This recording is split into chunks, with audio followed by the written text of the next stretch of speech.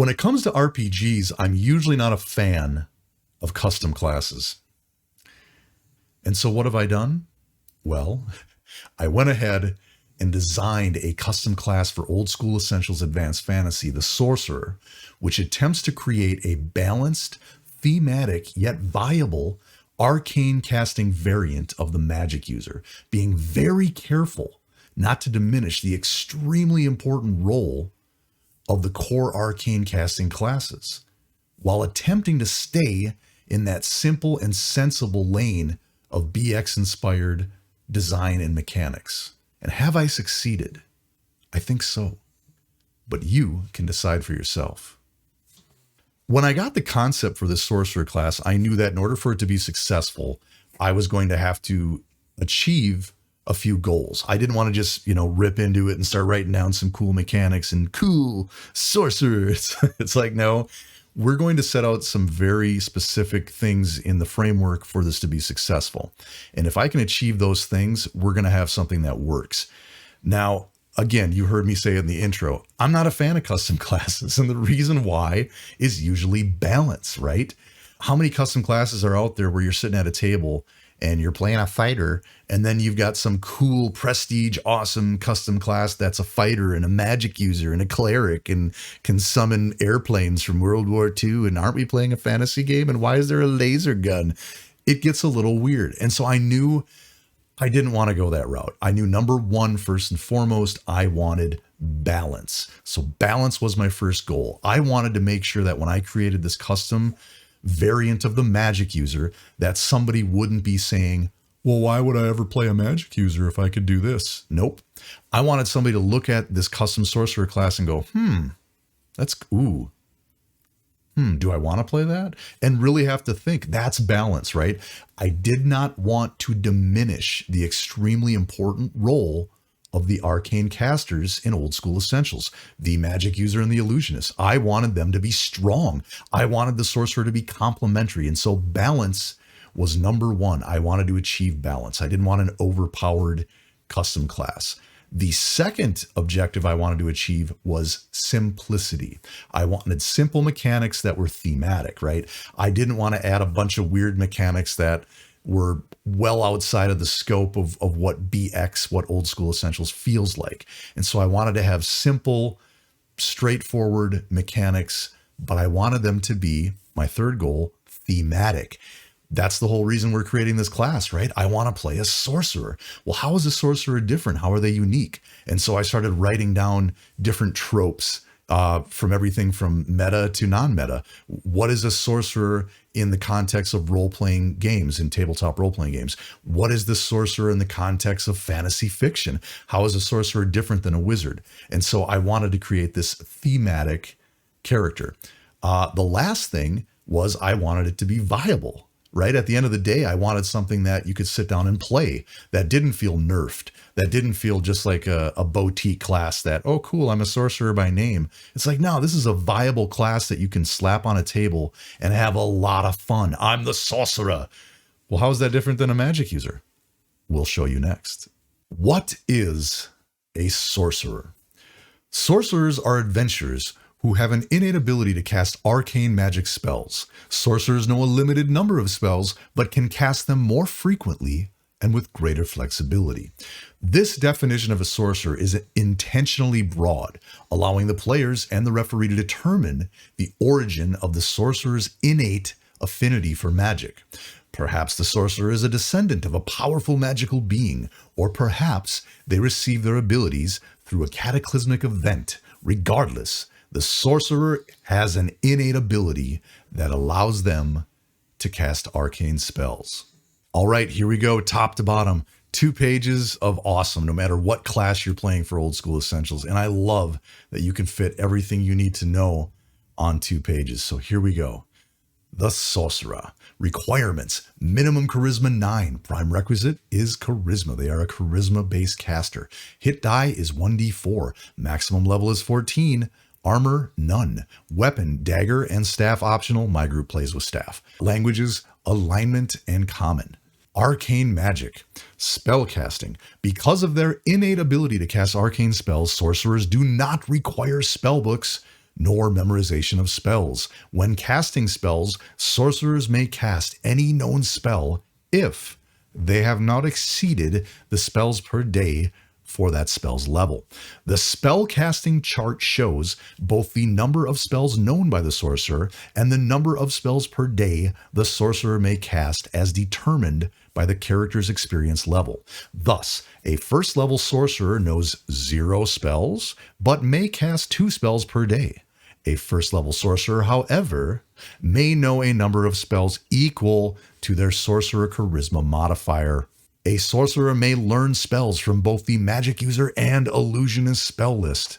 Sorcerers learn new spells upon level advancement. Sorcerers may swap one known spell, including a lower level spell, for a higher level spell during level advancement in which they are not learning a higher level spell per the sorcerer level progression table. That means you're going to be able to swap spells at levels 5, 7, 9, 11, 13, and 14. Using magic items. Sorcerers are unable to use scrolls, but can use items that may only be used by arcane spellcasters, magic wands. Sorcerers can only use daggers and are unable to use shields or wear any kind of armor. This makes them very vulnerable in combat. Here are the class abilities for the sorcerer. I will take some time here to say I got some great feedback from the community on this. Originally, I had names for these abilities like Arcane Intervention or Essence Casting. And somebody's like, no, dude, like it's BX, man. It's old school essentials. Like keep it simple. I, as a DM, don't want to have to go, what? You're playing a custom, what is, Arcane Intervention?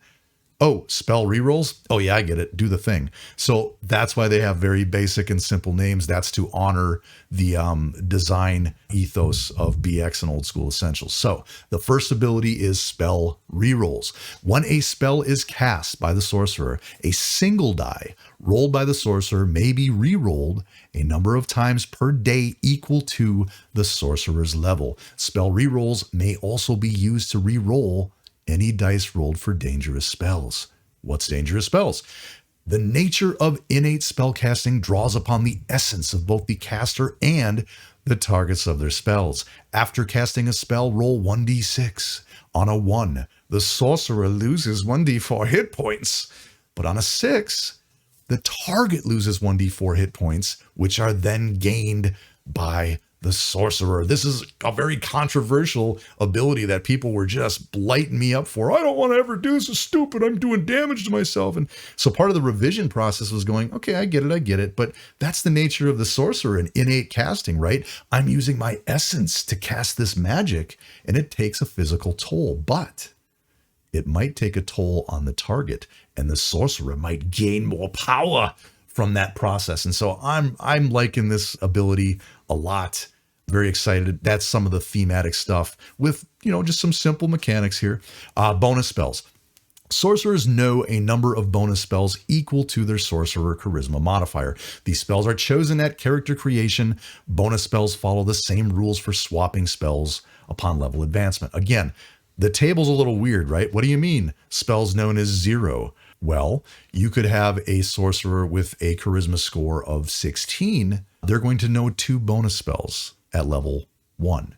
And so that 0 essentially becomes 2. But the more charisma, because it is different than the magic user, right? They do require a minimum charisma, and it is very much a charisma-based class, right? You're born into sorcery. You need to roll into that charisma if you want to have more power. Now, this is fun. After reaching 11th level, a sorcerer may build a stronghold, often a great tower. 1d6 beings will join the sorcerer. The nature of these followers is up to the referee or the player, you guys can agree, but they may include human or demi-human adventurers or monsters.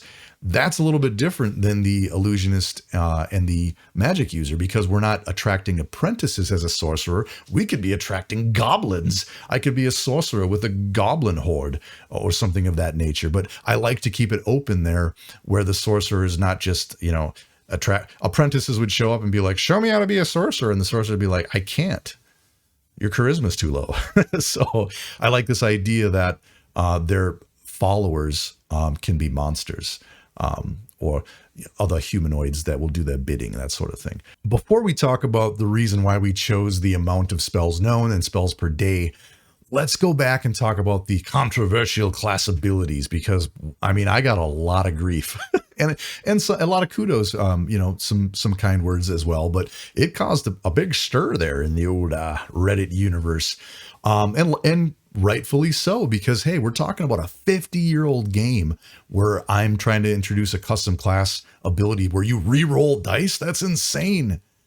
Is it really though? I mean, re-rolling a dice isn't that crazy in the context of game mechanics, and it is a very limited ability. For example, it is re-rolling a single die per character level. So at first level, you're going to get to re-roll a single die.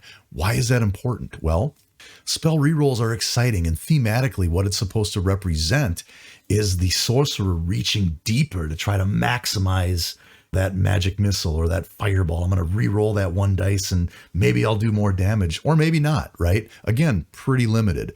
But it's also important because it can be used to re-roll a treacherous, dangerous spell. So your first level sorcerer casts their spell and they want to re-roll the dice, but they're struggling with, well, what if I roll a bad, dangerous spell and I get a 1? I'm going to save it. Okay. So they save it and they roll a 1. Oh, now they're going to roll damage against themselves and they could die.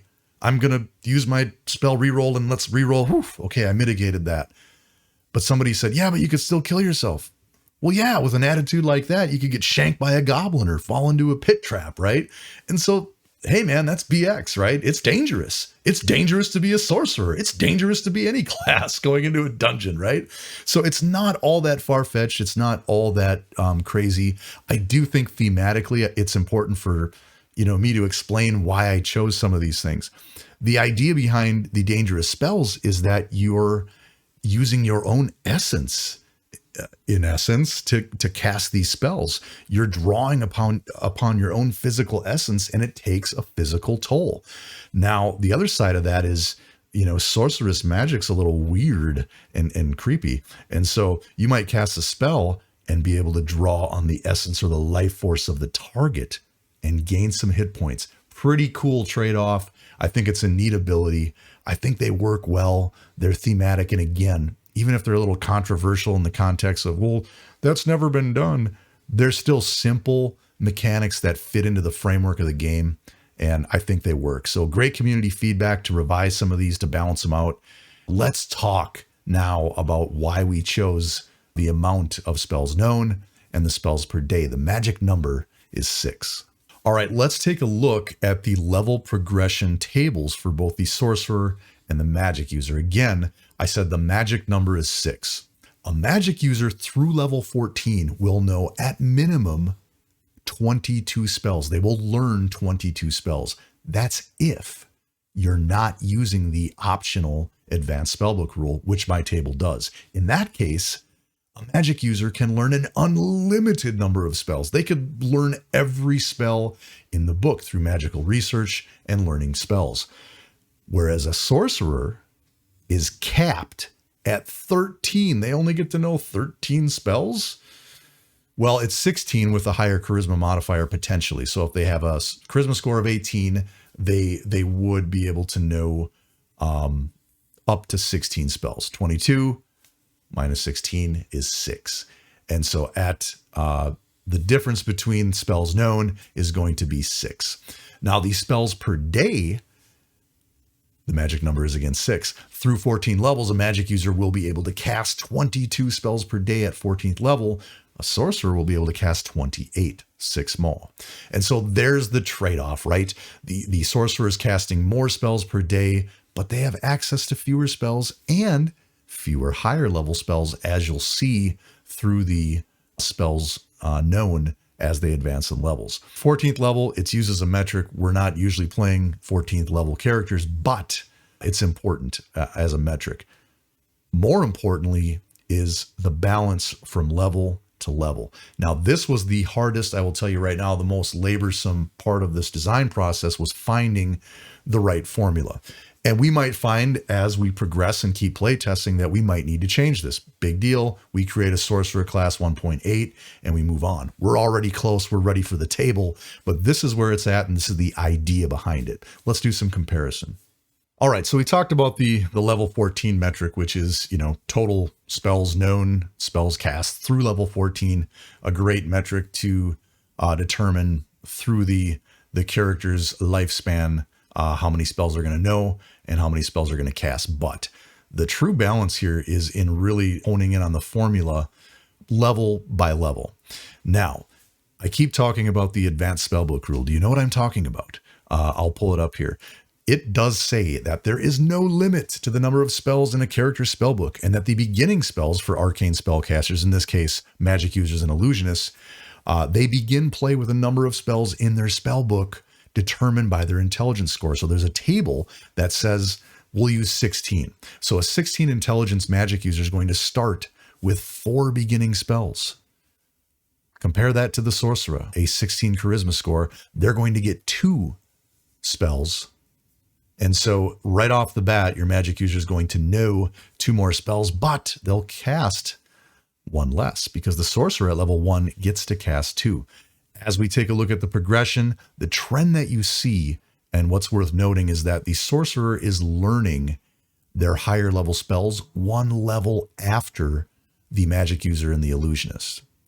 But they're also starting to gain more spells per day. So when the magic user and the illusionist are learning higher level spells sooner, the sorcerer is learning to cast more lower level spells. Don't scoff at those lower level spells because some of them do scale per caster level. That is the trade-off. That is the theme. That is the interplay here. Now, this is where the minutia and the real nerds, we can get into it. I don't know about level 8. Let's see. The magic user knows 10 spells and can cast 10 spells, but the sorcerer only knows 7. 14, they can cast 14 spells. But remember, those 4 extra spells that they can cast, they're going to typically be lower level spells, right?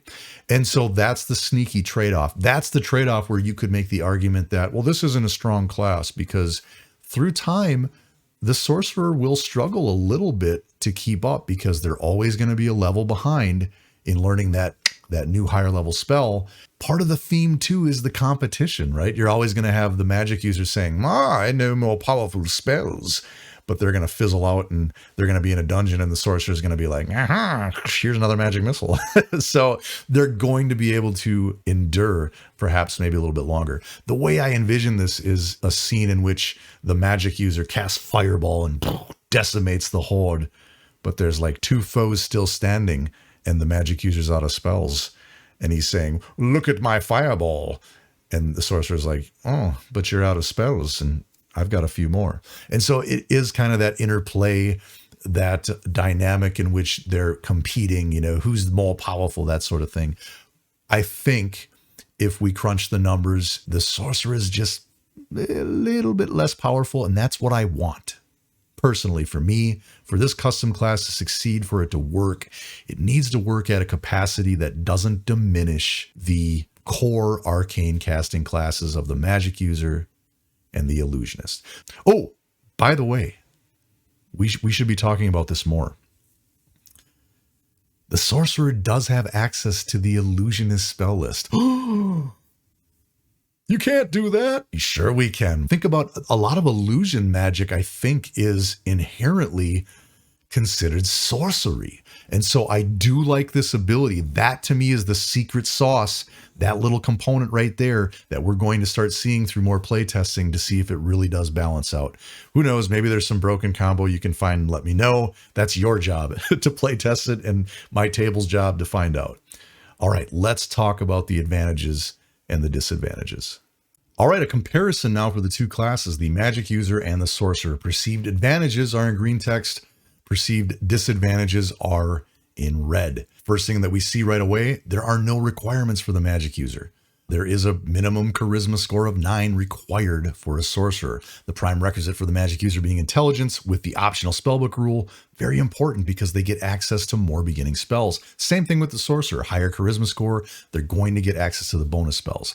Everything else is the same. 1d4 hit points, max level 14, no armor, weapons, dagger, and stabs, languages alignment common, same saving throws, same attacks, and for now, the same XP table, but that might be changing in a future update. An advantage for the magic user is always going to be they're going to learn and know more spells. Unlimited with the advanced optional spellbook rule, otherwise 22 spells known through level 14 to the hard capped 13 spells through level 14. You can get that up to 16 with a charisma score of 18 if you're a sorcerer, but they're always going to know less spells and they're going to be hard capped. So huge advantage for magic user.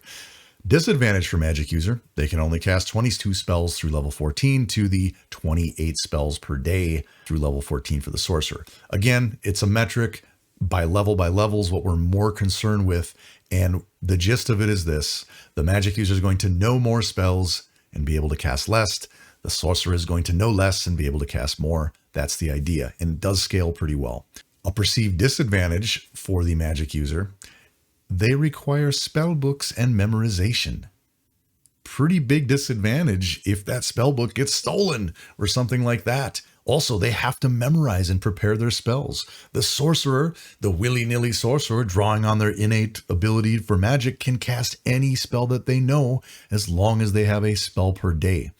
Now, I will say this was a point of contention. Somebody mentioned, I don't like your class and it's dumb because the whole essence of old school D&D is magic users need to prepare and memorize their spells, and that's part of the strategy. And it's like, dude, I get it, man. That's like your opinion, right? Who's to say that we need to play it this way? That's fine that you play it that way. It's okay. And I get that it's a tactical advantage, if you will, for the sorcerer. That's part of the balance, right? That's the concept of the sorcerer.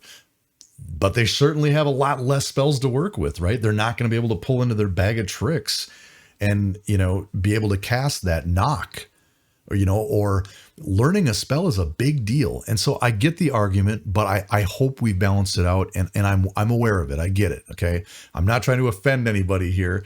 I get it. That is part of the game, the learning and the preparation of spells. But hey, such is the life of the magic user or the illusionist. The sorcerer, a little bit more freewheeling there. So yes, advantage sorcerer, no spellbook and no preparation. An advantage for the magic user, though, is access to more higher level spells, and they learn them sooner. That's a huge advantage. They're going to be learning higher level spells a level sooner, and they're going to learn more of them sooner. Disadvantage for the sorcerer is that they're going to have to wait, and they're going to learn fewer. Magic users can participate in magical research. That's right. They can make magic items. They can learn an unlimited number of spells, or certainly a lot more spells. Sorcerer cannot participate in magical research. That's a big deal. Magic users can use scrolls. That's a huge advantage. No scrolls for the sorcerer. Somebody goes, why not? It's a balance thing. I just think no scrolls for sorcerer. They might look at them and be, I don't understand these runes. I just make it happen. I draw upon my essence and cast. So nope, no scrolls for the sorcerer. Disadvantage.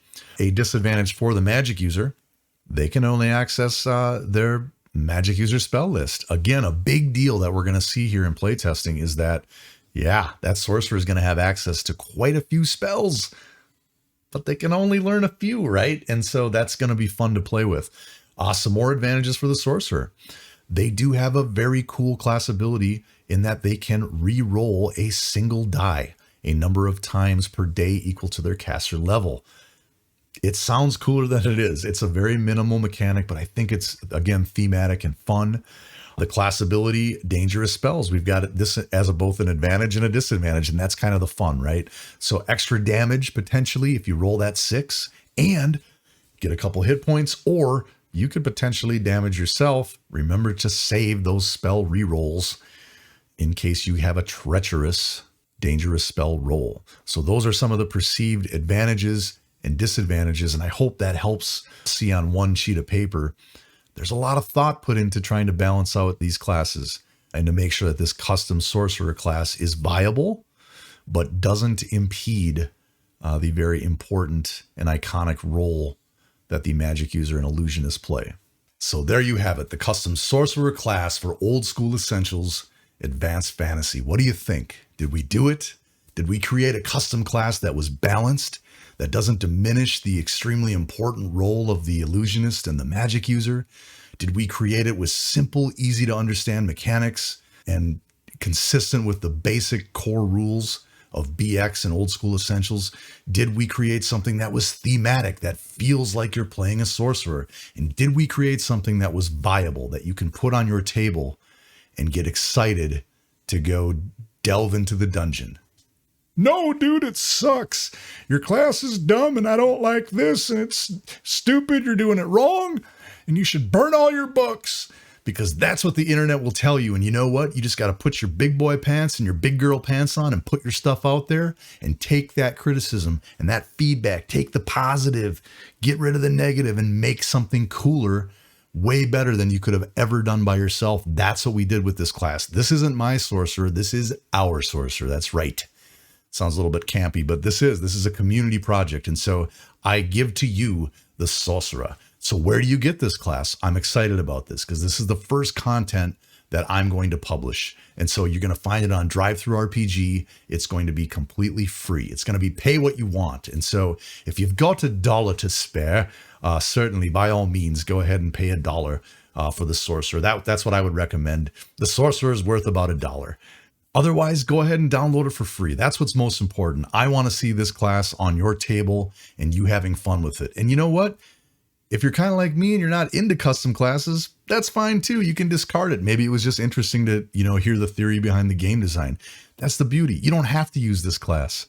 You could print it, rip it up, throw it in the garbage, and still have an amazing time playing this awesome game. But I hope you've got another option now if you want to get sorceress with your magics.